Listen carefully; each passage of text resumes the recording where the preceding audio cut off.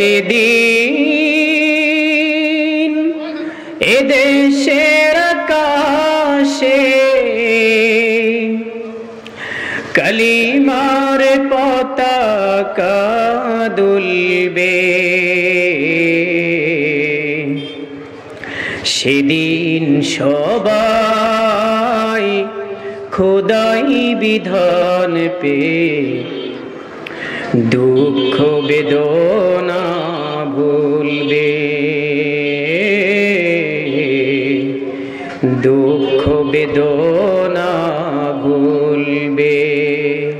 সকলে বলুন আলহামদুলিল্লাহ। বাংলাদেশের আকাশে কালেমার পতাকা উড়ুক, আমরা সবাই চাই কিনা?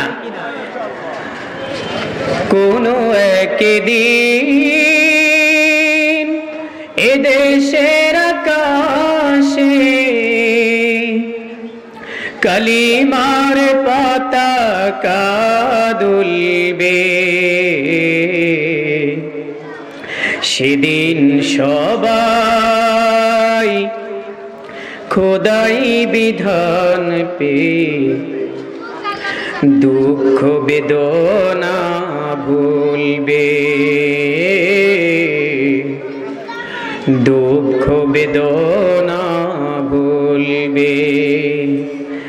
কোন একটি দেশের ভিতরে যদি কালেমার পতাকা উড়ে, তাহলে ওই দেশে কি শান্তি না অশান্তি? তাহলে সেই দেশটা কেমন হবে? সেদিন আর রবে না হাহাকার, অন্যায় জুলুম অবিচার, সেদিন আর রবে না হাহাকার, অন্যায় জুলুম অবিচার। আমাদের বাংলাদেশে হাহাকার আছে না নাই? দুর্নীতি আছে না নাই? চুরি ডাকাতি বদমাশি আছে না নাই? তো যেই দেশের কালেমার পতাকা হবে লা ইলাহা ইল্লাল্লাহ মুহাম্মাদুর রাসূলুল্লাহ, ওই দেশে আর কোনোদিন দুর্নীতি থাকবে না। জোরে বলুন সুবহানাল্লাহ। আমরা ইনশাআল্লাহ কালেমার পতাকার অনেক কাছাকাছি চলে এসেছি। আল্লাহ যেন আমাদের এই বাংলাদেশের সংবিধানকে, কোরআনকে বাংলাদেশের সংবিধান বানিয়ে আমাদেরকে সেই কালেমার পতাকা উড়ানোর তৌফিক দেন। জোরে বলুন আমিন। একাকী নিরমণি নির্জন পথে ঘাটে কোনো জন কটু কথা কবে না, কোন জন পথে ঘাটে সম্পদের মোহে খুনার রাহা জানি হবে না। একাকী নিরমণি নির্জন পথে ঘাটে কোনো জন কটু কথা কবে না, কোন জন পথে ঘাটে সম্পদের মোহে খুনার রাহা জানি হবে না। সেই দিন আর নেই বেশি দূরে, সেই দিন আর নেই বেশি দূরে, আর কিছু পথ গেলে মিলবে, সেদিন সবাই খোদাই বিধান পেয়ে দুঃখ বেদনা ভুলবে,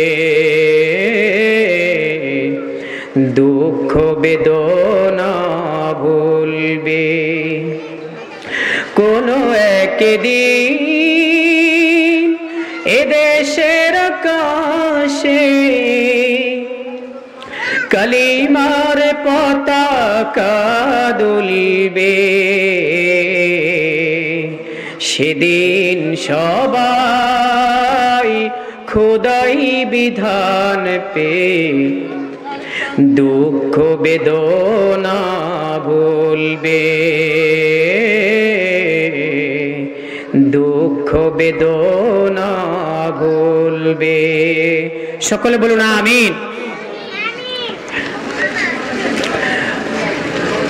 বাংলাদেশের বৃহত্তম দ্বীপ ভোলা জেলার বোরহানউদ্দিন থানার অন্তর্গত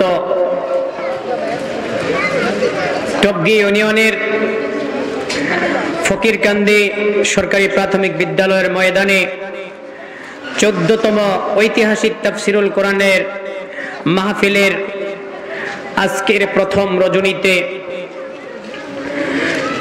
সর্বপ্রথম সে আল্লাহ রাব্বুল আলামিনের শুকর গুজার হচ্ছে যে আল্লাহ রাব্বুল আলামিন আমাদেরকে হাজারো জনতার মধ্য থেকে যাচাই করে আল্লাহ তাআলার কোরআন কারীমের আলোচনার শুরু থেকেই আমরা অংশগ্রহণ করতে পেরেছি। এজন্য হৃদয় থেকে শুকরিয়া আদায় করি, সকলে বলি আলহামদুলিল্লাহ। আজকের মাহফিলে আসতে পেরে আমরা খুশি না বেজার? আল্লাহ রাব্বুল আলামিনের কাছে আমরা শুকরিয়া আদায় করছি যে আল্লাহ রাব্বুল আলামিন আমাদেরকে এই মহান গ্রন্থ মহাগ্রন্থ আল কোরআনকে সামনে নিয়ে তথা উলামায়ে কেরামদেরকে সামনে নিয়ে কিছু সময় আমরা আল্লাহ তাআলার আলোচনা, কোরআনের আলোচনা শোনার জন্য আল্লাহ তাআলা আমাদেরকে তৌফিক এনায়েত করেছেন। এজন্য হৃদয় থেকে আরেকবার শুকরিয়া আদায় করি আলহামদুলিল্লাহ। আজকে যেই সময়টাতে আমরা এখানে সমবেত হয়েছি, এই সময়টা যদি আজকে এখানে মাহফিল না থাকতো তাহলে আমাদের এই সময়টার ভিতরে ভালো কাজ বেশি হইতো না খারাপ কাজ বেশি হইতো? যেমন এখন আমরা যদি দোকানে থাকতাম আর মাহফিল যদি না থাকতো, অবশ্যই দোকানে থাকতাম বা বাসা বাড়িতে যেখানেই থাকতাম, তো আমরা তখন কারো গীবত, কারো পরনিন্দা বা কেউ খেলার সাথে জড়িত, কেউ বিভিন্ন আলোচনা সমালোচনার সাথে জড়িত থেকে এই মূল্যবান সময়টাকে আমরা নষ্ট করে দিতাম। তাহলে এই পরিবেশ যারা আমাদেরকে উপহার দিলেন আমরা তাদের প্রতি কৃতজ্ঞতা জানাই। আজকে যারা আলেম ওলামা যারা এখানে আসবেন, ওয়াজ নসিহত করবেন আমাদেরকে, আলেম ওলামা তারা তো আসবেন, আমরা তাদেরকে দাওয়াত দিয়েছি, কিন্তু তার আগে মাহফিল কমিটি সেই প্রস্তুতিটা নিয়েছে। এই প্রস্তুতিটা নিয়েছে কমপক্ষে আরো 1 বছর আগের থেকে। বিশেষ করে বক্তা দাওয়াত দেওয়া এবং মেইনটেনেন্স করা, এই সকল কিছু 3-4 মাস আগের থেকে পরিকল্পিত এবং সভা সমাবেশ করে আলোচনা করে মিটিং করে তারা নির্ধারিত করেছে, ঠিক কিনা? তাহলে এতে করে কি তারা সওয়াব পাবে না পাবে না? অবশ্যই পাবে। কারণ আল্লাহ তাআলা কি বলছেন, যেহেতু যে সকল উলামায়ে কেরাম, যে সকল বক্তা এখানে আলোচনা করবেন তারা মানুষকে সত্যের দাওয়াত দিবেন, আর এই পরিবেশ যিনি যারা সৃষ্টি করলেন, তৈরি করলেন, তাদের জন্য আল্লাহ তাআলা সুসংবাদ দিলেন। আল্লাহ তাআলা বলছেন, وَمَنْ أَحْسَنُ قَوْلًا مِّمَّنْ دَعَا إِلَى اللَّهِ وَعَمِلَ صَالِحًا وَقَالَ إِنَّنِي مِنَ الْمُسْلِمِينَ। জোরে বলুন সুবহানাল্লাহ। আল্লাহ রাব্বুল আলামিন বলেন, আমার এই পৃথিবীতে অসংখ্য হাজার লাখ কোটি মানুষ রয়েছে, লাখো কোটি জনতা রয়েছে, কিন্তু সকলেই আমার কোরআনের সাথে আটকাবে না, সকলে আমার কোরআনের সংস্পর্শে আসতে পারবে না। একমাত্র আমি যাদেরকে এই নিয়ামত এবং যাদেরকে আমি এই সুযোগ সৃষ্টি করে দেই তারাই কোরআনের ময়দানে কোরআনের সাথে আসতে পারবে। সুবহানাল্লাহ। আল্লাহ তাআলা বলেন, ওই ব্যক্তির চাইতে উত্তম আর কে হতে পারে যে মানুষকে আল্লাহর দিকে ডাকে? জোরে বলুন সুবহানাল্লাহ। এই মাহফিল কর্তৃপক্ষ আমাদেরকে কার দিকে ডাকতেছে? নাকি কোনো রাজনীতিবিদের দিকে, নাকি কোনো সম্পদের দিকে, নাকি কোনো লাভের দিকে? লাভ একটাই, সেটা হলো আল্লাহর সন্তুষ্টি, আর সেটা হলো জান্নাতের পথ দেখানো। এজন্য অনেক মানুষ মনে করে যে মাহফিলের সংখ্যা বেশি, শ্রোতার সংখ্যা কম। হতেই পারে। বলেন দেখি, মাহফিলের সংখ্যা বেশি, শ্রোতার সংখ্যা কম, এটা আমিও স্বীকার করি। এবার আমার সাথে একটু আপনারা একমত পোষণ করবেন যে বলেন দেখি, বাংলাদেশে মসজিদের সংখ্যা কম না বেশি? মসজিদের সংখ্যা কি, কিন্তু মুসল্লির সংখ্যা কম না বেশি? মুসল্লির সংখ্যা কম। তাহলে যেখানে মসজিদের সংখ্যা বেশি কিন্তু মুসল্লির সংখ্যা কম, তাহলে সেখানে মাহফিলের সংখ্যা বেশি হলে শ্রোতার সংখ্যা যদি কম হয়, এটা কোনো আশ্চর্যের বিষয় না। সবাই যদি নামাজি হয়ে যেত, সবাই যদি খাঁটি মুসলমান হয়ে যেত, তাহলে তো আর ওয়াজ করাই লাগতো না, ঠিক কিনা? বক্তা যারা আছে তাদেরও কষ্ট করে ঢাকা থেকে আসা লাগতো না, মাহফিল কমিটি যারা আছে তারাও আপনাদেরকে ওয়াজের দাওয়াত দেওয়া লাগতো না। তো যেহেতু বেনামাজি আছে, যেহেতু গাফেল মানুষ আছে, তো তারা থাকার কারণেই তো আমরা তাদেরকে নসিহত করার সুযোগ পেয়েছি, ঠিক কিনা বলেন? সবাই যদি ধনী হয়ে যেত, তাহলে সবাই তো অমুখাপেক্ষী হয়ে যেত। সবাই যদি নামাজি হয়ে যেত, তাহলে আপনার তো কি করা লাগতো না, আপনি তাদেরকে বলা লাগতো না। সকল মসজিদ যদি 5 তলা বিল্ডিং হয়ে যেত, তাহলে আপনি তো চিন্তা করতেন যে এই মসজিদের তো কোনো অভাব নাই, তাহলে আমি টাকা পয়সা দান করার প্রয়োজন নাই। তো আপনি যদি টাকা পয়সা দান নাই করেন, তাহলে আপনি সওয়াব কিভাবে পাবেন? পরকালে আপনি সওয়াব অর্জন করবেন কিভাবে?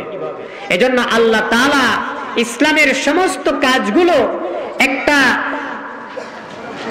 কিছুটা মানে রিক্ত হস্ত করে রেখেছেন, এজন্য যে মানুষ সেখানে পার্টিসিপেট করবে, মানুষ সেখানে অংশগ্রহণ করবে। একটা মসজিদ একজনও করে দিতে পারে, এরকম আছে কিনা? একটা মসজিদ একজনও করে দিতে পারে। সে যদি করে দেয়, তাহলে আমরা যারা গরিব আছি, যারা আমরা 100 টাকা, 200 টাকা, 500 টাকা, 1000 টাকা আমরা দান করতে পারি, আমরা তো সে দান করার সুযোগটা পেলাম না। এজন্য আল্লাহ রাব্বুল আলামিনের দ্বীনের কাজটা হবে এমন যে মানুষেরা সেখানে অংশগ্রহণ করে তারা সকলেই কি হয়ে যাবে? তারা শরীকদার হয়ে যাবে, সকলেই সওয়াবের ভাগীদার হয়ে যাবে। এজন্য আল্লাহ তাআলা বলেছেন যে ওই ব্যক্তির চেয়ে উত্তম কে হতে পারে যে মানুষকে আল্লাহর দিকে ডাকে। সুবহানাল্লাহ বলে। আজকে এখানে মাহফিল চলার কারণে, এখানে মাইক চলার কারণে, এখানে কোরআন এবং হাদিসের আলোচনা চলার কারণে আজকে এই এলাকার জন্য রহমত নাকি বেরহমত? আজকে কোরআনের কথা হচ্ছে, ইনশাআল্লাহ এলাকার প্রতিটি কবরে এই সওয়াব পৌঁছে যাচ্ছে। সুবহানাল্লাহ বলেন। বন্ধুরা আমার, প্রিয় সুধী, আমি যেই কিতাব নিয়ে আপনাদের সামনে বসেছি, যেই কিতাব থেকে আমি আলোচনা করব, সুবহানাকা লা ইলমা লানা ইল্লা মা আল্লামতানা ইন্নাকা আনতাল আলিমুল হাকীম। আল্লাহু আকবার। আল্লাহ রাব্বুল আলামিন এই কোরআন কারীমের ভিতরে কত সুন্দরভাবে বলেছেন। আল্লাহ রাব্বুল আলামিন যখন আদম আলাইহিস সালামকে সৃষ্টি করলেন, আদম আলাইহিস সালামকে সৃষ্টি করার পরে আল্লাহ তাআলার কোনো পরামর্শ নেওয়ার প্রয়োজন নাই। তারপরেও তিনি ফেরেশতাদের কাছে পরামর্শ নিয়েছেন, আমি আদম পৃথিবীতে আমি মানুষ সৃষ্টি করতে চাই। পৃথিবীতে আমি কি সৃষ্টি করতে চাই? ফেরেশতারা কি আল্লাহ তাআলাকে সমর্থন দিয়েছিল? ফেরেশতারা সমর্থন দেয় নাই। অথচ আল্লাহ তাআলা জানেন যে এই মানুষ সৃষ্টি করলে এই মানুষ কি করবে? আল্লাহ তাআলার ইবাদত করবে, এটা আল্লাহ জানেন। কিন্তু ফেরেশতাদের ধারণা ছিল উল্টা। ফেরেশতাদের ধারণা ছিল, সঠিক ধারণা ছিল না। ফেরেশতারা যেই কথাটা বলেছিলেন, আল্লাহ তাআলা বলেছিলেন আমি পৃথিবীতে মানুষ পাঠাতে চাই।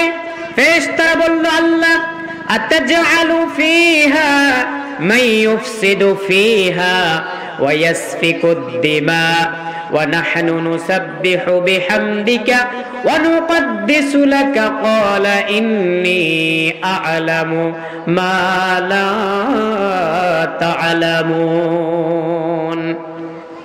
আল্লাহ রাব্বুল আলামিন বললেন আমি পৃথিবীতে মানুষ সৃষ্টি করতে চাই। ফেরেশতারা বলল আল্লাহ দরকার নাই। তখন আল্লাহ রাব্বুল আলামিন আদমকে কিছু জিনিসের নাম শেখালেন।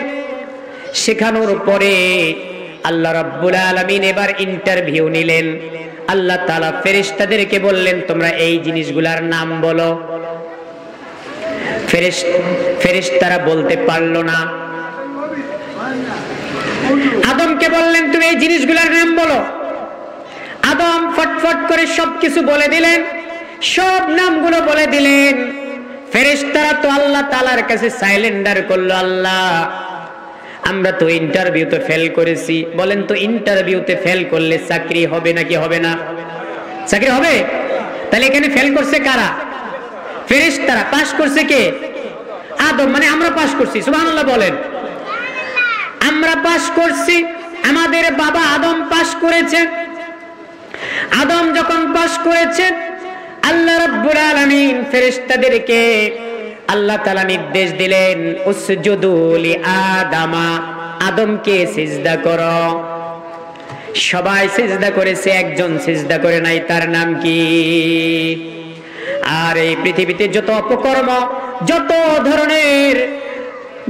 ধরনের পাপের কাজ রয়েছে, এই সমস্ত পাপ কাজের কুমন্ত্রণা ওই শয়তান আমাদের মনের ভিতরে ঢুকায়া দেয়। এজন্য আল্লাহ রাব্বুল আলামিন আদম যখন সেই জিনিসগুলোর নাম বলে দিল, তখন তারা ফেরেশতারা আল্লাহ তাআলার কাছে সাইলেন্ডার করলো। সুবহানাকা, বলেন আমার সাথে, সুবহানাকা লা ইলমা লানা ইল্লা মা আল্লামতানা ইন্নাকা আনতাল আলিমুল হাকীম। সুবহানাল্লাহ। ফেরেশতারা কি বলছে সেই কথা আল্লাহ বলতেছেন, মনোযোগ দিয়ে শুনুন। ফেরেশতারা বলছে সুবহানাকা, আপনি পবিত্র। আল্লাহ কি পবিত্র না অপবিত্র? সুবহানাকা, আপনি পবিত্র। লা ইলমা লানা, আমাদের কোনো ইলম নাই। সুবহানাল্লাহ বলেন। আল্লাহ তাআলা সর্বপ্রথম ইলম শিখিয়েছেন কাকে? মানুষকে না ফেরেশতাকে? কাকে? আদমকে। আদম ছিল মানুষ। তখনও আল্লাহ তাআলা আদমকে আগে ইলম শিখিয়েছেন। আর রহমান, তিনি সেই দয়াময় আল্লাহ। আল্লামাল কুরআন, যিনি মানুষকে কোরআন শিক্ষা দিয়েছেন। সুবহানাল্লাহ। আর রহমান আল্লামাল কুরআন খলাকাল ইনসান, আল্লাহ তাআলা মানুষকে সৃষ্টি করেছেন। আল্লামাহুল বায়ান, তাকে ভাষা শিক্ষা দিয়েছেন। সুবহানাল্লাহ। আমাদেরকে ভাষা শিক্ষা দিয়েছেন কে? কথা বলে না। আমাদেরকে ভাষা শিক্ষা দিয়েছেন কে? আল্লাহ। আল্লাহ যে আমরা বলতে পারি, আল্লাহ শব্দটা যে আমরা বলতে পারি, এটা কি আমাদের জন্য সৌভাগ্য না দুর্ভাগ্য? বলেন দেখি। যারা আল্লাহ তাআলা যাদেরকে জেহেন শক্তি দেয় নাই, তাদেরকে জিহ্বাও দিয়েছেন, দাঁত দিয়েছেন, বাকযন্ত্র, যেটার মাধ্যমে ফুসফুস থেকে আওয়াজ এসে কথা বলার জন্য আপনাকে সাহায্য করে যে কণ্ঠনালী, এই কণ্ঠনালীও তার আছে, কিন্তু কথা বলতে পারে না। আমাদের ভিতরে আছে না নাই? তাদেরকে আমরা বোবা বলি। কিন্তু এই মানুষগুলা, আপনি তাকে অপারেশন করে, তাকে অপারেশন ক্লিন হার্ট করে এই কণ্ঠনালীর ভিতর থেকে আল্লাহ শব্দ বের করতে পারবেন? কথা বলেন, পারবেন কিনা? তাহলে আর অথবা একজন অসুস্থ হয়ে গেছে, তার কথা বন্ধ হয়ে গেছে, এরকম হয় না? গলার ভিতরে কাটা আটকে, কাটা ওটাকে ক্ষত করে তারপরে তার গলার ভিতরে ক্যান্সার হয়ে তার কণ্ঠনালী বাদ হয়ে গিয়েছে। এই ব্যক্তিকে আপনি আল্লাহ বলাইতে পারবেন? তাহলে আমরা কি তার চেয়ে ভালো আছি না খারাপ আছি? এজন্য আমাদেরকে আল্লাহ শব্দ উচ্চারণ করা দরকার কম না বেশি? আমরা চিৎকার দিয়ে আল্লাহকে, আল্লাহর নামটাকে একবার স্মরণ করি, জোরে বলুন আল্লাহু আকবার। আল্লাহ, আল্লাহ রাব্বুল আলামিন বলছেন, ফেরেশতারা বলতেছেন সুবহানাকা, আপনি পবিত্র। আপনি বলছেন আমি মানুষ সৃষ্টি করব, কিন্তু আমরা সেটার বিরোধিতা করেছি, কিন্তু এটা সঠিক ছিল না, আসলে আমাদের কোনো জ্ঞান নাই। সুবহানাল্লাহ। আল্লাহ তাআলার তৈরি ফেরেশতা, যাদের দুনিয়ার কোনো কিছুর সাথে তাদের কোনো সম্পর্ক নাই, দুনিয়ার খাওয়ার সাথে সম্পর্ক নাই। খাওয়া যখন মানুষ না পায়, খাওয়া যখন মানুষের সংকট হয়ে যায়, অর্থ সংকট যখন সৃষ্টি হয়ে যায়, তখনই মানুষ চুরি করে, ঠিক কিনা? একজন ফেরেশতার যেহেতু খাওয়ার কোনো প্রয়োজন নাই, তাহলে তার কি চুরির প্রয়োজন আছে কিনা? শুনছেন নাকি যে বাংলাদেশে কোথাও কোন ফেরেশতা চুরিতে ধরা পড়ছে? ধরা পড়ছে কেন? কারণ যেহেতু তাদের খাওয়ার কোনো চিন্তা নাই, মানুষের যত শিষ্টাচার গুলো আছে, মানুষের যত গুণগুলো আছে, খাওয়া, তারপরে পান করা, তারপর যত রকমের চাওয়া পাওয়া আছে, ফেরেশতাদের এগুলো নাই, এজন্য তাদের কোনো কেলেঙ্কারিও নাই। কিন্তু মানুষের এই সব কিছুই আছে। এখন এখানে একটা পরীক্ষা নিচ্ছি, আপনাদের মনোযোগ দিয়ে শুনতে হবে।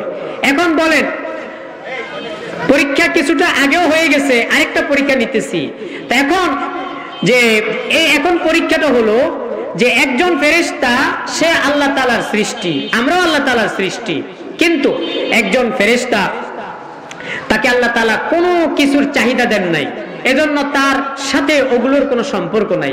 কিন্তু আল্লাহ তাআলা আমাদেরকে বানিয়েছেন, আমাদের সব কিছুর চাহিদা আছে, খাওয়ার চাহিদা আছে, তারপরে আমাদের অর্থের চাহিদা আছে, আমাদের বিবাহের চাহিদা আছে, সব কিছুর চাহিদা আছে। এখন এই দুইজনের ভিতরে পরীক্ষা। একজন হলো ফেরেশতা, যার কোনো চাহিদা নাই, আরেকজন হলো মানুষ, যার সকল চাহিদা আছে। এখন বলেন, এই দুইজনের ভিতরে, ফেরেশতা এবং মানুষ, এই দুইজনের ভিতরে যে আবার মানুষের ভিতরে অনেক মানুষ আছে যারা মাহফিল এখন আসতে পারে নাই, পারছে? অনেকে আসতে পারে নাই।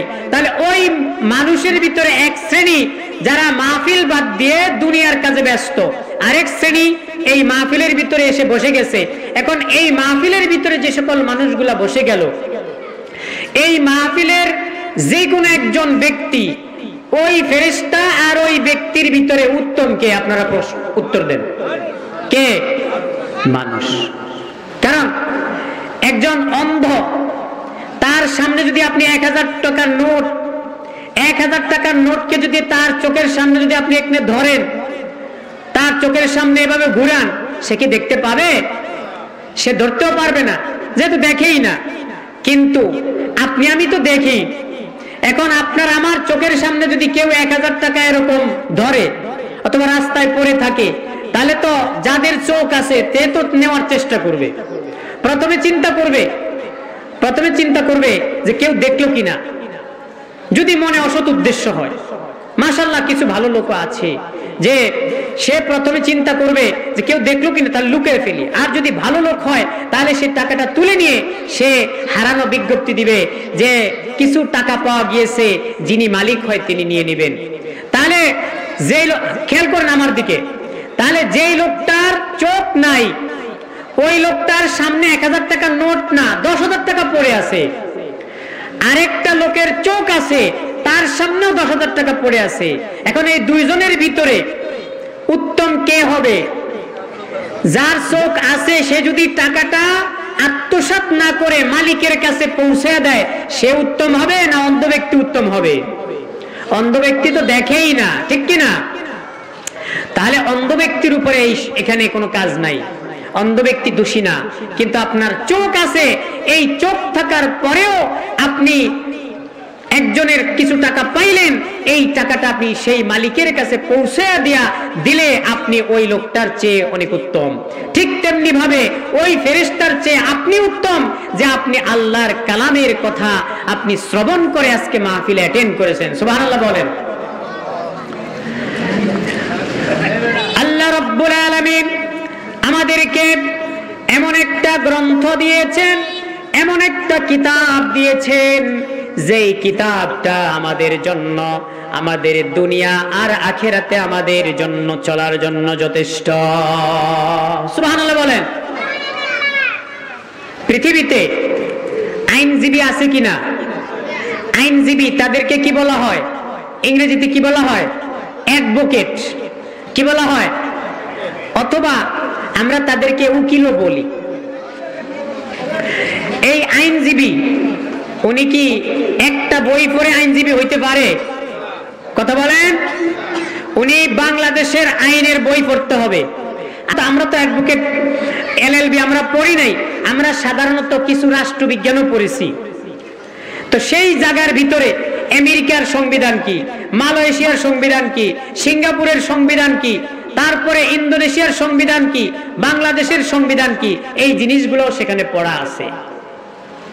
তাহলে বোঝা গেল একটা বই পড়ে আপনি আইনজীবী হতে পারবেন না, একটা বই পড়ে আপনি ডাক্তার হতে পারবেন না। আপনাকে কয়েকশো বই পড়তে হবে, সিলেবাসের বই পড়তে হবে, আপনাকে প্র্যাকটিস করতে হবে। অথচ আল্লাহ রাব্বুল আলামিন এই দুনিয়ায় চলার জন্য এবং মুক্তি পাওয়ার জন্য পারিবারিক, ব্যক্তিগত, পারিবারিক, রাষ্ট্রীয়, সমাজ, রাষ্ট্রীয় এবং আন্তর্জাতিক সকল ক্ষেত্রে আপনাকে মুক্তির জন্য একটা বই যথেষ্ট। সেটার নাম হলো কি? জোরে বলুন। সেটার নাম কি? এই কোরআন যদি আপনি পড়েন, তাহলে এই কোরআনের হাফেজ যদি আপনি হয়ে যান, তাহলে আপনি হয়ে যাবেন মসজিদের একজন ইমাম। জোরে বলুন সুবহানাল্লাহ। এই কোরআন যদি আপনি রিচার্জ করে পড়েন, আপনি হয়ে যাবেন একজন আইনজীবী। আপনার চাইতে বড় ফকি, বড় মুফতি আর কেউ হতে পারে না। সুবহানাল্লাহ। এই কিতাব যদি আপনি ভালো করে অ্যানালাইসিস করে পড়েন, তাহলে আপনি হয়ে যাবেন একজন চিকিৎসা বিজ্ঞানী। এই কিতাব যদি আপনি ভালোভাবে অনুধাবন করে আপনি গবেষণা করে পড়তে পারেন, তাহলে আপনি হয়ে যাবেন জগতের একজন আলেম। সুবহানাল্লাহ। তাহলে সেই কিতাব আমরা সামনে নিয়ে বসেছি, যেই কিতাবের উৎস হলো সরাসরি আল্লাহ রাব্বুল আলামিন। সুবহানাল্লাহ বলেন। আল্লাহ রাব্বুল আলামিন বলেন, এই কোরআন কাদেরকে হেদায়েত দিবে? এই কোরআন তাদেরকে হেদায়েত দিবে যারা আল্লাহ তাআলার কাছে হেদায়েত কামনা করবে। সুবহানাল্লাহ বলেন। উদাহরণস্বরূপ যে আপনার ঘরে অনেক দামি খাবার আছে। কি আছে? দামি খাবার আছে। ওই খাবারের পাশ দিয়ে শুধু আপনি আসা যাওয়া করতেছেন। আপনার ফ্রিজে দামি খাবার আছে, ওই খাবারের কাছ দিয়ে শুধু আসা যাওয়া করতেছেন, কিন্তু খাবার আপনি নেনও না, খাবার আপনি রান্না করে খানো না। আপনার স্বাস্থ্য ভালো হবে? হবে না। এই কোরআনের মতো এত ফজিলতপূর্ণ, এই কোরআনের মতো এত দামি কিতাব পৃথিবীতে আর একটিও নাই। কিন্তু সেই কোরআন যদি আপনি না ধরেন, কোরআন যদি আপনি না পড়েন, কোরআন যদি আপনি আমল না করেন, তাহলে আপনার জীবন কি হবে না? সুন্দর হবে না। অনেক মানুষ চিন্তা করে যে ওই লোক আমার সে কত ধনী, সে ঠিক মতো নামাজ পড়ে না, আমিও নামাজ পড়বো না। এরকম ধারণা কিন্তু অনেক মানুষের আছে না নাই? যে চিন্তা করে যে এই লোক কত ধনী, কত টাকার মালিক, বাড়ি গাড়ির মালিক, হে নামাজ পড়ে না, আর আমি সাধারণ মানুষ নামাজ পড়ে কি হবে? নাউজুবিল্লাহ বলে। আপনি সে যত বড় ধনী হোক না কেন, সে যত বড় পাওয়ারফুল হোক না কেন, সে কিন্তু মরার পরে যেই কাপড় পরবে, যা তাকে যেখানে দাফন করা হবে, আপনাকেও কিন্তু মরার পরে একইভাবে একই কাপড় দিয়ে একই জায়গায় দাফন করা হবে, একই মাটির নিচে দাফন করা হবে। এবং তাকে যেই প্রশ্ন করা হবে, আপনাকেও সে একই প্রশ্ন করা হবে। এরপরে কিন্তু এখানে ব্যবধান হলো, তার সম্পদের হিসাব বেশি হবে, আপনার সম্পদের হিসাব কম হবে, ঠিক কিনা? এজন্য মানুষ অন্যের দিকে তাকায়। যেমন মসজিদের চাঁদা ধরলে সে চিন্তা করে যে অমুকে এত টাকার মালিক, সে দিছে 500 টাকা চাঁদা, আর আমার তো কিছু নাই, আমার সম্পদ অল্প, আমার কেন 300 টাকা ধরলো? এরকম কথা বলে কিনা মানুষ? কিন্তু আসলে এখানে তো টাকার বিষয় না, এখানে হলো আপনার মনের বিষয়। আপনার মনটা আল্লাহ তাআলা পরীক্ষা করতেছেন। এমনও হতে পারে সে লাখপতি কোটিপতি হয়ে সে 500 টাকা দিয়েছে, আর আপনি অল্প ইনকাম করেন, অথচ আপনি তার চেয়ে কয়েক গুণ বেশি দিয়ে দিচ্ছেন, ঠিক কিনা? তাহলে কারটা বেশি অ্যাকসেপ্টেড হবে, কারটা বেশি গ্রহণযোগ্য হবে? আপনারটাই বেশি গ্রহণযোগ্য হবে, কারণ আপনার নিয়তের ভিতরে কি আছে? খুলুসিয়াত আছে, একনিষ্ঠতা আছে। আল্লাহর রাসূল সাল্লাল্লাহু আলাইহি ওয়াসাল্লামের সাহাবী আল্লাহ রাব্বুল আলামিন, আল্লাহ রাসূল সাল্লাল্লাহু আলাইহি ওয়াসাল্লাম ঘোষণা করলেন, ও আমার সাহাবীরা, তবুকের যুদ্ধের জন্য তোমরা যে যা পারো এখানে উপস্থিত করো। সুবহানাল্লাহ। তবুকের যুদ্ধ হবে, এই যুদ্ধে অনেক টাকা পয়সা দরকার, অনেক অর্থ দরকার। কাফিরদের বিরুদ্ধে যুদ্ধ করতে হলে অস্ত্রের প্রয়োজন রয়েছে, ঘোড়ার প্রয়োজন রয়েছে, বাহনের প্রয়োজন রয়েছে। এজন্য তোমরা যে যা পারো আমার এখানে জমা করো। হযরত ওমর রাদিয়াল্লাহু তাআলা আনহু তিনি নিয়ে আসলেন কোটি কোটি টাকা, অনেক টাকা নিয়ে আসলেন। বললেন, ওমর তুমি কি এনেছো? ওমর বলছে, আমার যত সম্পদ আছে সব সম্পদের অর্ধেক আমি নিয়ে এসেছি। সুবহানাল্লাহ। অনেক সম্পদ, তার অর্ধেক নিয়ে আসছি। অথচ আবু বকর রাদিয়াল্লাহু তাআলা আনহু, আবু বকর রাদিয়াল্লাহু তাআলা আনহুকে জিজ্ঞাসা করলো, আবু বকর তুমি কি এনেছো? আবু বকর বলল, হুজুর আমার তো তেমন কিছুই নাই, কিন্তু ঘরে যা ছিল সব কিছু নিয়ে এসেছি। সুবহানাল্লাহ। ওমর আনছে অর্ধেক, আবু বকর আনছে সম্পূর্ণ। ওমর যেই অর্ধেক আনছে সেটা অনেক সম্পদ, আর আবু বকরের সম্পদ হলো মাত্র কয়েক দিরহাম। ঘরের যেই সম্বলটুকু ছিল শেষ সম্বলটুকু, সেটুকু নিয়ে এসেছেন। আল্লাহ রাসূলকে বলতেছেন, আমি আমার সব সম্বলটুকু নিয়ে এসেছি। আবু বকরকে জিজ্ঞাসা করলো আল্লাহর নবী, আবু বকর তুমি ঘরে কি রেখে এসেছো? তোমার পরিবারের জন্য তুমি কি রেখে এসেছো? আবু বকর বলছেন, ইয়া রাসূলুল্লাহ, আমি আল্লাহ এবং তার রাসূলকে ভালোবাসি, আমি আমার ঘরে একমাত্র আল্লাহ এবং তার রাসূলকে রেখে এসেছি। সুবহানাল্লাহ। এটা ছিল আমাদের বিশ্বনবী মুহাম্মদুর রাসূলুল্লাহ সাল্লাল্লাহু আলাইহি ওয়াসাল্লামের সাহাবীদের জীবনীর কিছু ঘটনা। সম্মানিত সুধী, আজকে আমাদের এই সমাজের ভিতরে চুরি আছে না নাই? ডাকাতি আছে না নাই? জিনা ব্যভিচার আছে না নাই? তাহলে ওই যে বলছিলাম যে আপনার ঘরে দামি জিনিস আছে, কিন্তু আপনি সেটাকে যত্ন করে রেখে দিয়েছেন, আপনি সেটাকে পাকানো না, আপনি সেটাকে খানো না, আপনার স্বাস্থ্য ভালো হয় না। আজকে কোরআনের মতো এত বড় সংবিধান, এত বড় গ্রন্থ আল্লাহ তাআলা আমাদেরকে দেওয়ার পরেও এই কোরআন আমাদের সমাজে প্রচলিত না থাকার কারণে কোরআনের বিধান আমাদের রাষ্ট্রীয় আইন না থাকার কারণে, সংবিধান না থাকার কারণে আজকে আমাদের সমাজে চুরি, ডাকাতি, ব্যভিচার, রাহাজানি ভরপুর। এজন্য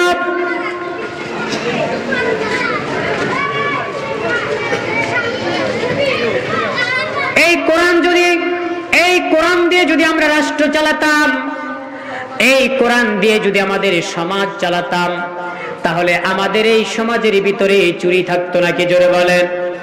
আমাদের এই সমাজের ভিতরে চুরি থাকতো আজকে? তাহলে এই পৃথিবীর মানুষ যারা আছে তাদের কি অবস্থা হবে? তারা তো তাদের পাপের কারণে তারা জাহান্নামী হবে। সুতরাং আল্লাহ তাআলা যেই কিতাব আমাদেরকে দিলেন, এই কিতাব দিয়ে আমাদের চরিত্রকে সংশোধন করতে হবে। আমাদের চরিত্রকে যদি আমরা সংশোধন করতে না পারি, তাহলে আমরা নিজেরা ধ্বংস হয়ে যাব। আল্লাহ রাব্বুল আলামিন সূরা মায়েদার 44 নম্বর আয়াতে বলছে, আল্লাহ রাব্বুল আলামিন বলতেছেন, ওয়ামান লাম ইয়াহকুম বিমা আনজালাল্লাহু ফাউলাইকা হুমুল কাফিরুন। যারা কোরআন দিয়ে যারা সমাজের বিচার ফয়সালা করে না, তারা হলো কাফের। জোরে বলুন, তারা কি? তারা হলো কাফের। আর এক আয়াতে আল্লাহ তাআলা বলছেন, ওয়ামান লাম ইয়াহকুম বিমা আনজালাল্লাহু ফাউলাইকা হুমুজ জালিমুন। এই কোরআন দিয়ে যারা বিচার ফয়সালা করে না, তারা হলো ফাসিক। জোরে বলুন নাউজুবিল্লাহ। আল্লাহ তাআলা আর এক আয়াতে আল্লাহ তাআলা বলছেন, ওয়ামান লাম ইয়াহকুম বিমা আনজালাল্লাহু ফাউলাইকা হুমুজ জালিমুন। এই কোরআন দিয়ে যারা বিচার ফয়সালা করে না, তারা হলো পৃথিবীতে জালেম। জোরে বলুন নাউজুবিল্লাহ। আজকে আমাদের 16টি বছর আমাদের কেটেছে কোরআনের মাহফিল করার জন্য। আমাদের সরকার থেকে, ডিসি থেকে, টিওনো থেকে অনুমতি নেওয়া লাগতো, ঠিক কিনা বলেন? অথচ কোরআনের কথা বলবে। কোরআন যারা রাষ্ট্রের প্রধান ছিল তারাও তো মুসলমান ছিল, কিন্তু তারা কোরআনের কথা বলতে দেয় না, কোরআনের কথা তারা বলতে দিত না। এটার মাধ্যমে তারা চিন্তা করত যে কোরআনের কথাগুলো যদি আমরা বলতে থাকি, কোরআনের কথাগুলো যদি আলেমরা বলতে থাকে, তাহলে মানুষের চরিত্রটা ভালো হয়ে যাবে।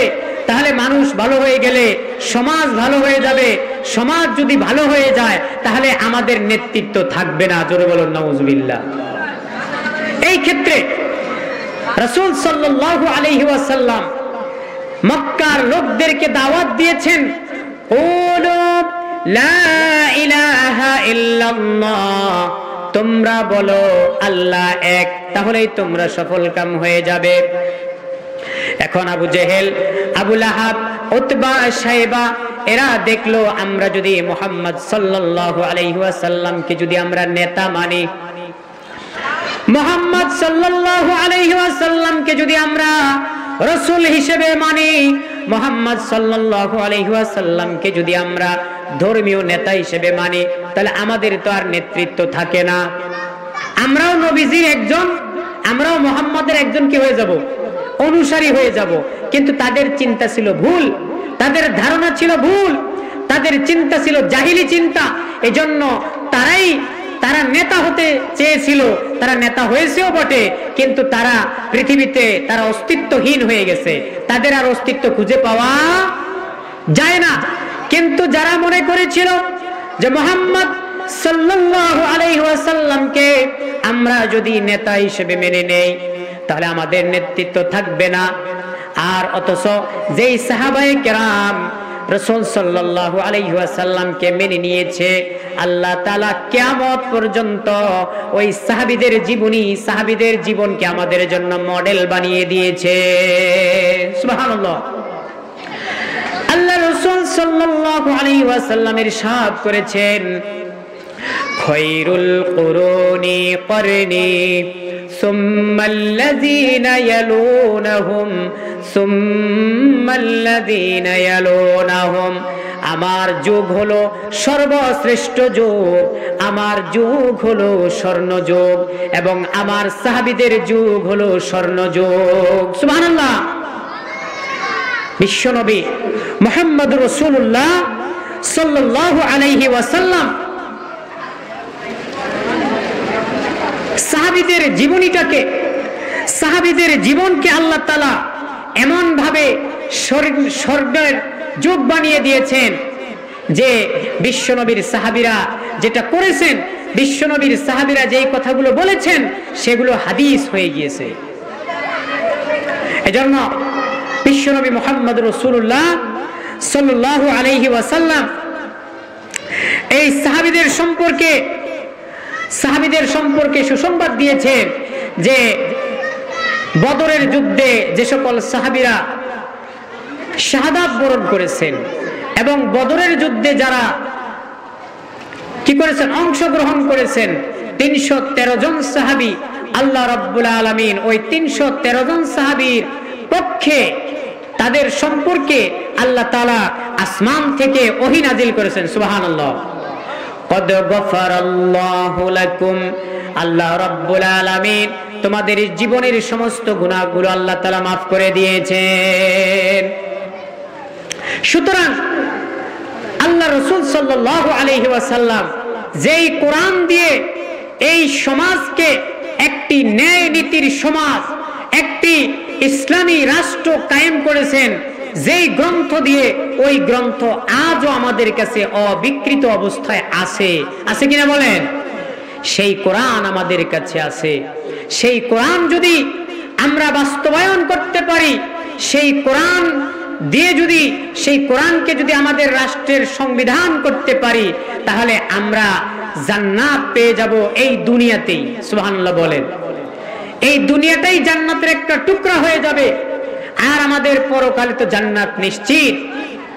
কিন্তু এই কোরআনকে আমরা পেয়ে, এই কোরআনের সমাজ যদি আমরা কায়েম করতে না পারি, তাহলে এই কোরআন আমাদের বিরুদ্ধে যেমনি ভাবে দাঁড়াবে এবং আমরাও পৃথিবীতে অশান্তির সাথে, লাঞ্ছনার সাথে বসবাস করব, আর পরিণামে পরকালে আমরা কোরআন থেকে, কোরআনকে রাষ্ট্রীয় সংবিধান না করার কারণে এবং কোরআনকে আমাদের জীবন বিধান না মানার কারণে আমাদের পরকালে আমরা এই কোরআন আমাদের বিরুদ্ধে কি করবে? মামলা দায়ের করবে এবং আমাদেরকে জাহান্নামে যেতে হবে। জোরে বলুন নাউজুবিল্লাহ। আমরা কি জাহান্নামে যাইতে চাই? কোথায় যাইতে চাই? জান্নাতে যেতে চাই। যদি জান্নাতে যেতে চাই, তাহলে আল্লাহ তাআলার কোরআন কি বলছে শুনুন।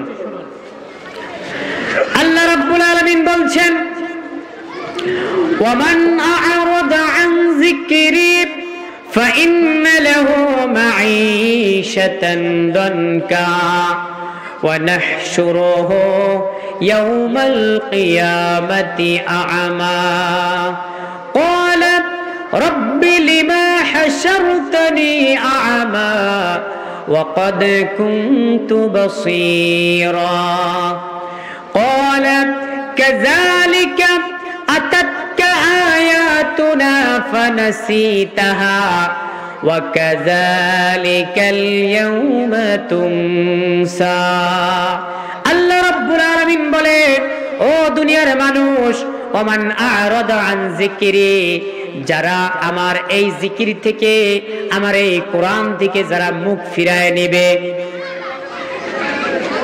এই কোরআনের তাফসীর মাহফিল থেকে যারা মুখ ফিরায় নেবে, এই কোরআন যেখানে আলোচনা হয় মসজিদে, তারপরে মাহফিলে, তারপরে খানকায়, পীর সাহেবের খানকায় কোরআন আলোচনা হয়, তুমি খানকায়ও গেলে না, তুমি মাহফিলেও আসলে না, তুমি মসজিদেও আসলে না, ময়দানে আমি তাদেরকে অন্ধ করে উঠাবো হাসরের ময়দানে। জোরে বলুন নাউজুবিল্লাহ।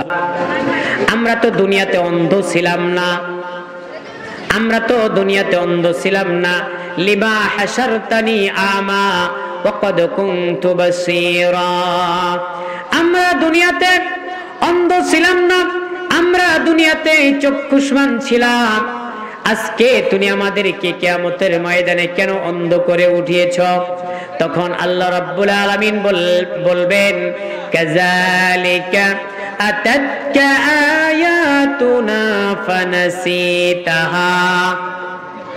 এভাবেই কোরআনের এলান, কোরআনের কথা তোমার কানে পৌঁছেছিল, কিন্তু সেটা তুমি কর্ণপাত করো নাই, তুমি সেটা শোনো নাই, তুমি সেটাকে অ্যাভয়েড করেছো। তুমি বলেছো উদ্ভট কথা, তুমি বলেছো আরে এত ওয়াজ শুনে কি লাভ, ওয়াজ শুনে লাভ আছে? ওয়াজ শুনে যদি লাভ না থাকতো তাহলে আল্লাহ তাআলা নিজেই ওয়াজ করেছেন, সুবহানাল্লাহ বলেন। আল্লাহ তাআলার কোরআনটা আল্লাহ তাআলা ওয়াজ দিয়ে ভরিয়ে দিয়েছেন।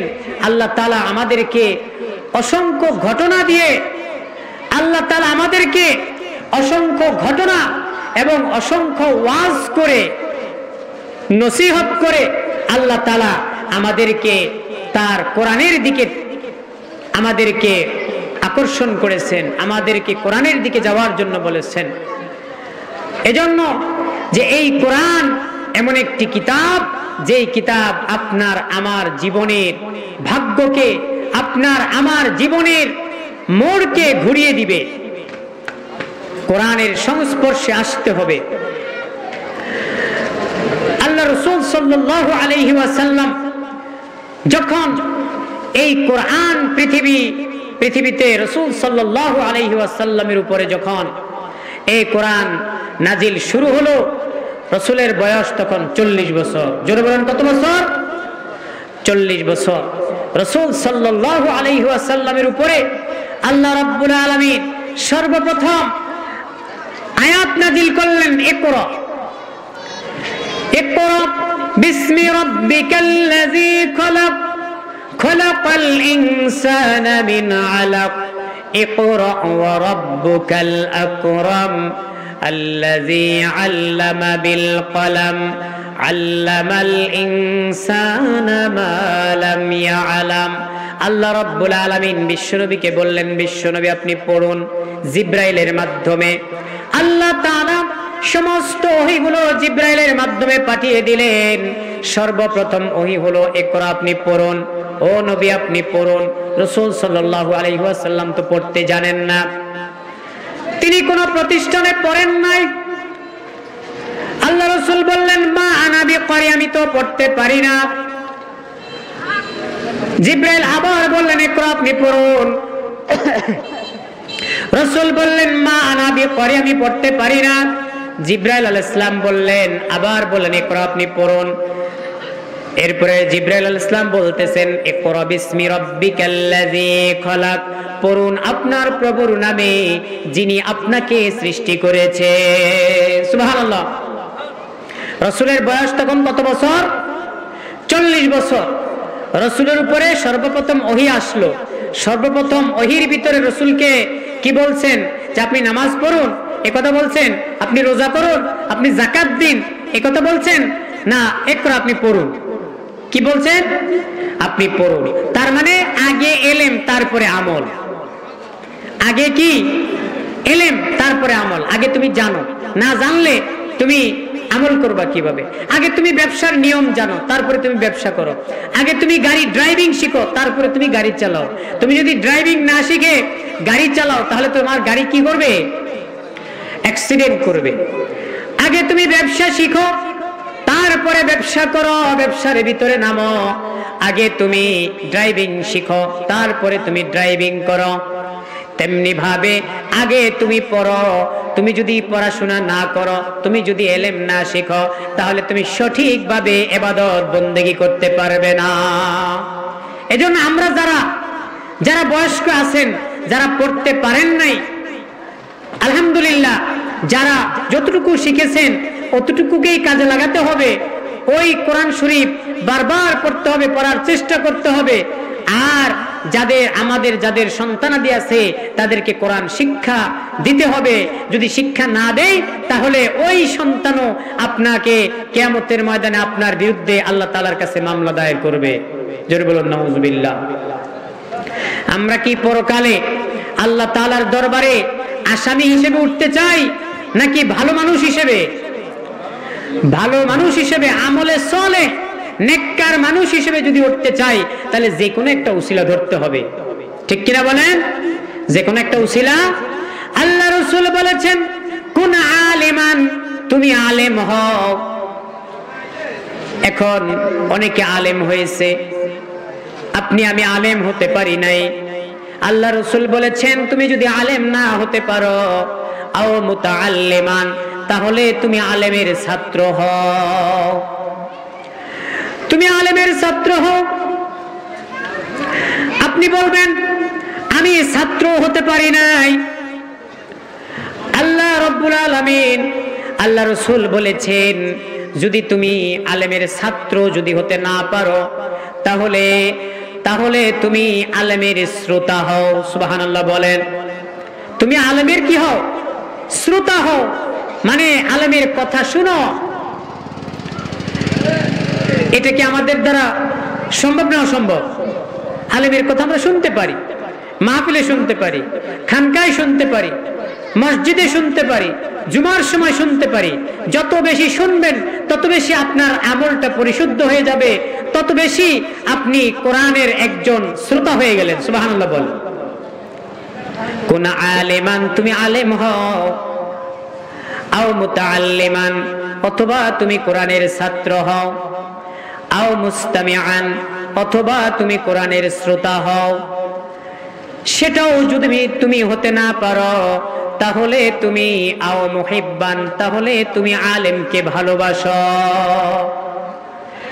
আর সেটাও যদি হতে না পারো, ওয়ালা তাকুনুল খামিস, পঞ্চম নম্বরে যেও না। পঞ্চম নম্বরে যদি তুমি যাও, ফাতুহলিক, তাহলে তুমি ধ্বংস হয়ে যাবে। তাহলে তুমি কি হয়ে যাবে? ধ্বংস হয়ে যাবে। এজন্য বিশ্বনবী মুহাম্মদ রাসূলুল্লাহ সাল্লাল্লাহু আলাইহি ওয়াসাল্লামের উপরে কোরআন নাজিল হলো। কোরআন নাজিল হওয়ার পরে বিশ্বনবীর দায়িত্ব বেড়ে গেল। বিশ্বনবী কোরআন পেয়ে গেলেন। কোরআন পাওয়ার পরে বিশ্বনবীর টেনশন বেড়ে গেল। বিশ্বনবীকে আল্লাহ তাআলা কোরআন দিয়েছেন হেরা গুহায়। কোন গুহায়? হেরা গুহায়। হেরা গুহায় দেওয়ার কারণ কি? তার কারণ হলো বিশ্বনবী সেখানে ধ্যান করতেন, সেখানে তিনি ধ্যানমগ্ন থাকতেন, সেখানে তিনি উম্মতকে নিয়ে চিন্তা করতেন যে আমি কোথা থেকে আসলাম, কোথায় আছি, কোথায় যাব, এটা নিয়ে তিনি চিন্তা করতেন। চিন্তা করতে করতে আল্লাহ রাব্বুল আলামিন তাকে জানায় দিলেন যে, হে বিশ্বনবী, আপনার বয়স 40 বছর হয়ে গেছে, কিন্তু এই পৃথিবীর মানুষেরা অন্ধকারের ভিতরে নিমজ্জিত আছে। ঠিক কিনা বলেন? আপনার বয়স 40 বছর হয়ে গেছে, আপনাকে আমি নবুয়তি দেব। তার কারণ হলো এই পৃথিবীর মানুষগুলা অন্ধকারের ভিতরে আছে, পৃথিবীর মানুষগুলা পাপের ভিতরে নিমজ্জিত, পৃথিবীর মানুষগুলা মূর্তি পূজা করতেছে। জোরে বলেন, কি করতেছে? মূর্তি পূজা করতেছে। পৃথিবীর মানুষগুলা পাথরের পূজা করতেছে। পৃথিবীর মানুষগুলা নারী জাতিকে, নারী সন্তান যদি মেয়ে হয় তাহলে মেয়েকে জীবন্ত কবর দিতেছে। এই ধরনের পাপ কাজে তারা ব্যস্ত রয়েছে।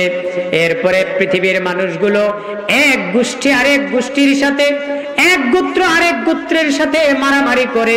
সেই মারামারি শত শত বছর পর্যন্ত জারি আছে। জোরে বলো নাউজুবিল্লাহ।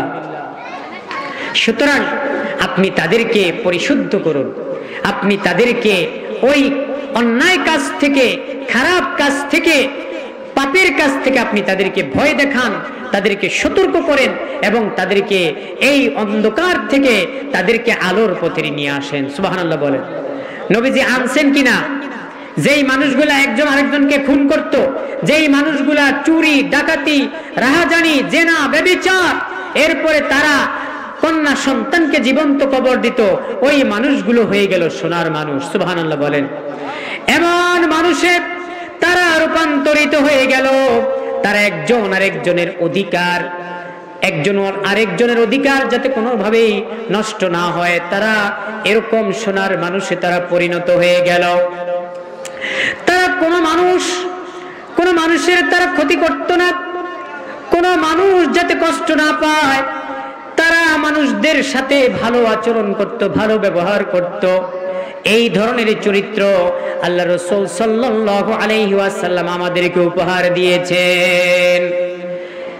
এবার রাসূলের জীবনীর সাথে, রাসূলের ওই জামানার সাথে আমাদের জামানাকে মিলান, যে আমাদের সমাজে চুরি, আমাদের সমাজে ডাকাতি, আমাদের সমাজে রাহাজানি, আমাদের সমাজে ব্যভিচার, এগুলো আছে না নাই? তো এইগুলাকে উৎখাত করতে হবে নাকি এগুলার সাথে আপোষ করে আমাদেরকে চলতে হবে? হ্যাঁ, এগুলোর সাথে কোন ধরনের আপোষ নাই। যেখানে পাপ আছে সেখানে, যেখানে মুসলমান আছে সেখানে পাপ থাকতে পারে না। আজকে এই কোরআনের মাহফিল থেকে, এই কোরআনের মাহফিল থেকে আমাদেরকে দীপ্ত কণ্ঠে শপথ নিতে হবে যে যেখানে পাপ আছে, যেখানে পাপাচার আছে, যেখানে অন্যায় আছে, সেখানে মুসলমান সেই অন্যায়কে প্রশ্রয় দিতে পারে না। আজকে জুলুম, ব্যভিচার, আজকে আমাদের সমাজে, আজকে আমাদের পর্দার বড়ই অভাব, পর্দার বড়ই অভাব। আজকে আমরা মহিলাদেরকে প্রয়োজনে অপ্রয়োজনে আমরা বাজারে উঠিয়ে দিচ্ছি, প্রয়োজন থাকলেও উঠিয়ে দিচ্ছি, না থাকলেও উঠিয়ে দিচ্ছি। এতে করে আমাদের পর্দার খেলাপ হইতেছে কিনা জোরে বলেন? পর্দার খেলাপ হইতেছে না হইতেছে না? আজকে আমাদের পর্দার বড়ই অভাব। আজকে আমরা চিন্তা করি আমাকে ধনী হতে হবে, আমাকে টাকা অর্জন করতে হবে, এজন্য আমরা বিবাহ করে বছরের পর বছর আমরা বিদেশ কাটিয়ে দেই। ঠিক কিনা বলেন? এটা কি আপনি নারী জাতির উপরে কি করলেন? একটা জুলুম করলেন। আবার আপনি বিদেশ পড়ে রইলেন, আর আপনার কন্যা, আপনার স্ত্রী, এরা অবাধে চলাফেরা করলো, অবাধে তারা হাটে বাজারে মাঠে ঘাটে মানুষের সাথে অপ্রয়োজনে কথাবার্তা বলল, কিংবা অশ্লীল কাজে জড়ায় পড়ল। এই দায় আপনি এড়াতে পারবেন না। এই পাপের বোঝা আপনাকেই বহন করতে হবে। এজন্য কোরআন থেকে আমাদের শিক্ষা তখনই হবে যখন আমার পরিবারকে আমি কোরআনের বিধান মতো চালাবো। ঠিক কিনা বলেন? বলেন দেখি। আমি খুব সংক্ষিপ্ত সময়ের ভিতরে শেষ করতেছি, 1-2 মিনিটের ভিতরে, যে নামাজ ফরজ এই কথা আমাদের ভিতরে এমন কে আছে, এমন কোন ব্যক্তি আছে কি জানে না? আছে কিনা? নামাজ ফরজ এটা জানে না এমন কোন ব্যক্তি আছে? কিন্তু নামাজ কি সবাই পড়ে? পড়ে না। জানে কিন্তু পড়ে না। পর্দা ফরজ এই কথা কোন মুসলমান জানে না এমন কোন মুসলমান আছে? সবাই জানে পর্দা করা ফরজ, কিন্তু পর্দা, আচ্ছা এখন পর্দা কাকে বলে? এখন আপনার স্ত্রীর অথবা আপনার মেয়ের অথবা আপনার নাতির কোনো প্রয়োজন নাই, কোনো দরকার নাই, শুধুমাত্র সে বোরকা একটা গায়ে দিয়ে বাজারে বাজারে হাঁটতেছে, এটা কিন্তু পর্দা না। আপনি বলবেন সে তো বোরকা গায়ে দিয়ে হাঁটতেছে, কিন্তু আমি বলবো এটা পর্দা না। কারণ পর্দা হলো যে তার বিনা প্রয়োজনে সে বাইরে না যাওয়া, এটাই হলো পর্দা। ঠিক কিনা বলেন? বিনা প্রয়োজনে সে বাইরে না যাওয়া, এটাই হলো পর্দা। তাহলে আমার প্রয়োজন নাই, তারপর আমি রাস্তা রাস্তা হাঁটলাম, বাজারে বাজারে হাঁটলাম, এটাই তো পর্দার লঙ্ঘন। হ্যাঁ, আমার যদি দরকার হয় আমি ডাক্তারের কাছে যেতে হবে, আমার যদি ঘরের ভিতরে কোনো পুরুষ না থাকে তাহলে আমাকে বাজারও করার সুযোগ আছে, তখন আমি সেটা যাওয়াটা আমার জন্য পর্দা। কিন্তু আমি বিনা প্রয়োজনে বাজারে বাজারে হাঁটলাম, রাস্তা রাস্তা হাঁটলাম, এটা তো আমি পর্দার জন্য, আমি পর্দা করলাম আর পর্দা হবে না। কারণ আমার মনের ভিতরে কি, কথা বলেন, মনের ভিতরে কি দুষ্টামি, শয়তানি। আল্লাহ তাআলা এই কোরআন থেকে যা কিছু আলোচনা হলো, আজকে কোরআনের শুরু, তাফসীর মাহফিলের আজকে শুরু, এই শুরুর থেকে আমরা শেষ পর্যন্ত যেন আমরা সকলেই মাহফিলে অংশগ্রহণ করে, আমরা শেষ পর্যন্ত আমরা অংশগ্রহণ করে এবং আমাদের এই কোরআন দিয়ে আমাদের জীবনকে, আমাদের সমাজকে, আমাদের পরিবারকে আমরা পরিবর্তন করে একদম রাসূল সাল্লাল্লাহু আলাইহি ওয়াসাল্লামের জীবনের সাথে মিলিয়ে আমরা জান্নাতি মানুষ হতে পারি। আল্লাহ তাআলা আমাদেরকে তৌফিক দান করুন। আমিন। ওয়া আখির দাওয়ানা আনিল হামদুলিল্লাহি রাব্বিল আলামিন। আসসালামু আলাইকুম ওয়া রাহমাতুল্লাহি ওয়া বারাকাতুহু।